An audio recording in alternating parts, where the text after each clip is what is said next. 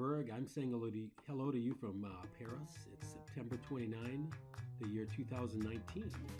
And this video is being brought to you from, where do I live? I live right now in the address is 26 Rue de Saint-Louis d'Anille, which is 26th Street of St. Louis on the island. And I literally am in the heart of Paris. My goal coming up in the next month is to write about Ernest Hemingway's second demon, which I've defined as his wives and how he betrayed them. I'm writing a book called Modern Day Hemingway, which focuses on 6 of his demons that I've identified. The first demon is his parents, especially his mother, Grace Hall Hemingway. And I've just completed the first draft of my 5 or 6 chapters on Ernest's first demon, his parents. Now you'll see that I'm going to be focusing on his wives, all 4 of them, and how he betrayed them. Later on, we're going to be talking about how he betrayed his friends like F. Scott Fitzgerald, John Dos Passos, Robert McAlmon, and certainly Gertrude Stein. Then we'll talk about his injuries and illnesses. And if you've read anything about Hemingway, you know throughout his life, especially his adult life, he was always beset with head injuries, arm injuries, illnesses, sicknesses. He had it all. The 5th one, which we're all familiar with, is his problem with alcoholism and depression. And last, I'll end my book on suicide and his constant suicidal thoughts throughout his life. But in any case, here in Paris in October, we're going to talk about Hadley. We're going to talk about Pauline. Here we have the beautiful Martha Gellhorn. And the last wife was Mary Welsh. Now, he was married to Hadley from October of 1921 until the beginning of 1927. And Hadley was a beautiful, tall redhead from St. Louis. Well, Ernest fell in love with this woman who was doing some work here in Paris in the mid-20s, and her name was Pauline Pfeiffer, and she was truly a trust fund baby. Hadley had a small trust fund, and she certainly was upper class, but compared to Hadley, Pauline was in another league. She came from a lot of money. Ernest was married to Pauline from 1927 until either late 39 or early 1940. But he and Pauline had been estranged for a couple years. And when Ernest got tired of one woman, he would move in and fall in love with another. And so in 1940, he married Martha Gellhorn, but he had met her over Christmas of 1936 in Sloppy Joe's Bar in Key West, Florida. Of course, Pauline and he were having problems then, and Martha was a successful author in her own right. She had published several magazine articles and it had come out a year earlier or 2 with a blockbuster novel. And she always wrote about the plight of the disenfranchised, the neglected, and the impoverished.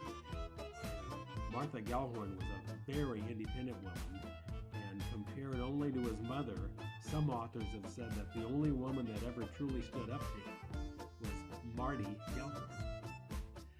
In 1945, Ernest married Mary Welsh, who was from upstate Minnesota originally.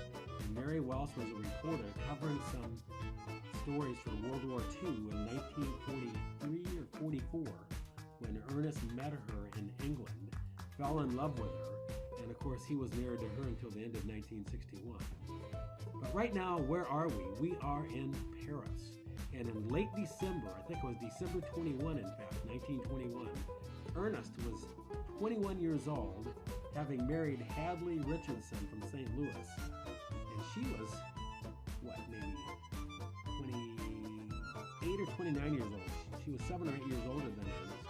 And they arrived in Paris in late December. They stayed at this hotel, the Hotel Jacob.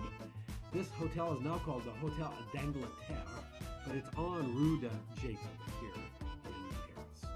And this hotel was recommended to them by Sherwood Anderson, on the Rue de Jacob. Now, Sherwood Anderson also gave Ernest several letters that he could use to present to Gertrude Stein and other influential people that were part of the influential artisanal and artist and writer mindset here in Paris in the mid-20s. And Ernest certainly made his good use of those letters to get himself into the warm graces of Gertrude Stein and even Pablo Picasso, Ezra Pound, these types of folks.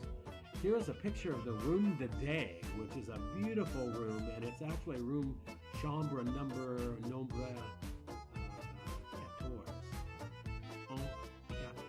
14. And the price right now is 310, that's 310 euro. Probably, I think, about 340 or 350 US dollars to spend the night there tonight. We don't want to go there tonight. On the wall, they have a beautiful picture of Ernest Hemingway cuddling one of his cats, and it says Écrivain Américain.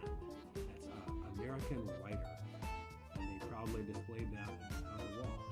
Now, Ernest, after spending 3 weeks with Hadley in the Rue de Jacob, or Rue d'Angleterre, they moved to 74 Rue Cardinal Lemoine. And that was considered kind of a seedy part of town then. And here it is, 74. There's a little tribute to him on the wall right there.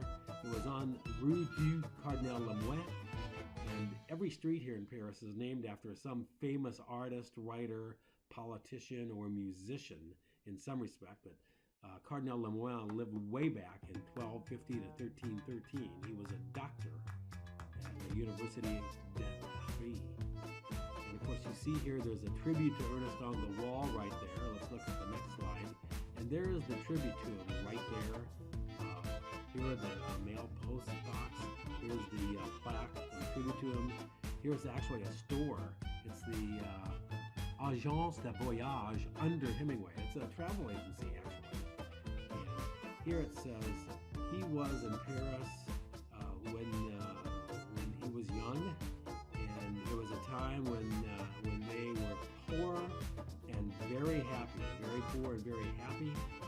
This was Ernest Hemingway in 1922, January, until 1924, when he and Hadley moved back to the U.S. to have their first son, and he was born in Toronto. And then they moved back in early 1925, I think was. I may be getting my years mixed up here, but Bumby, or John Hemingway, was born in October in a hospital in Toronto. And I think this is in 1924, I'm quite sure. And the Rue Descartes was the street in which Ernest wrote to get away from all the action. And if you look closely at this particular side right here, we can see that it was La Maison de Verlaine. Verlaine was a famous poet, and Ernest had to climb 1, 2, 3, 4, 5, 6 stories, or they would call it 7 floors here. But he had to do a long walk to get to his isolated little writing room. It's fascinating. In conclusion here, I'd like to just say that in a book by Yoja Delaberto, she said that Ernest and Hadley got drunk together almost every night, establishing a pattern that stayed with them through most of their marriage. According to Hadley, she said, "We drank like fishes. We get so tight we grow up together." Ernest loved alcohol and was thrilled to have married a drinking partner. Well, that's the end of this PowerPoint presentation. I'm going to end this video with a quote, man or woman on the street interview about what they know about Ernest Hemingway today.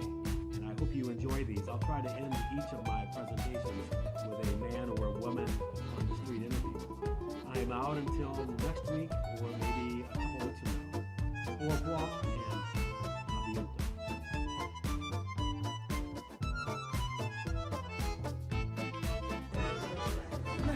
Celeste, what is your name and where are you from?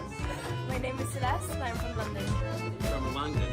When I say the words Ernest Hemingway, what's the first thing that pops into your mind?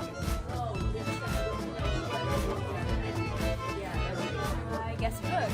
Books. Oh, so A, you know he's an author. Congratulations. You have actually made a B already. On the A, B, C, D scale, you're a B. The next question is, have you ever read any of his books? I have not. Do you know the names of any of his books, other than what we just mentioned a moment ago? I do not. No, and you're very much the teenage era, because Hemingway is kind of losing his influence with this generation. But his most famous book, I think, is The Old Man and the Sea, for which he won a Pulitzer Prize. Now, my third question, and I only have two more, is do you know where he was born, Hemingway? Only, I assume the United States?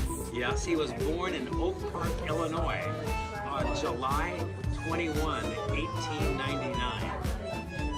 Now, the last question is, do you know where and how he died? I remember you saying he died by suicide. He did. I don't know where he died. I love your accent, Celeste. I can tell you're from London or England. Do we say England anymore? Yes? As long as you remain in Brexit, you are UK. If you leave Brexit, you will be England again.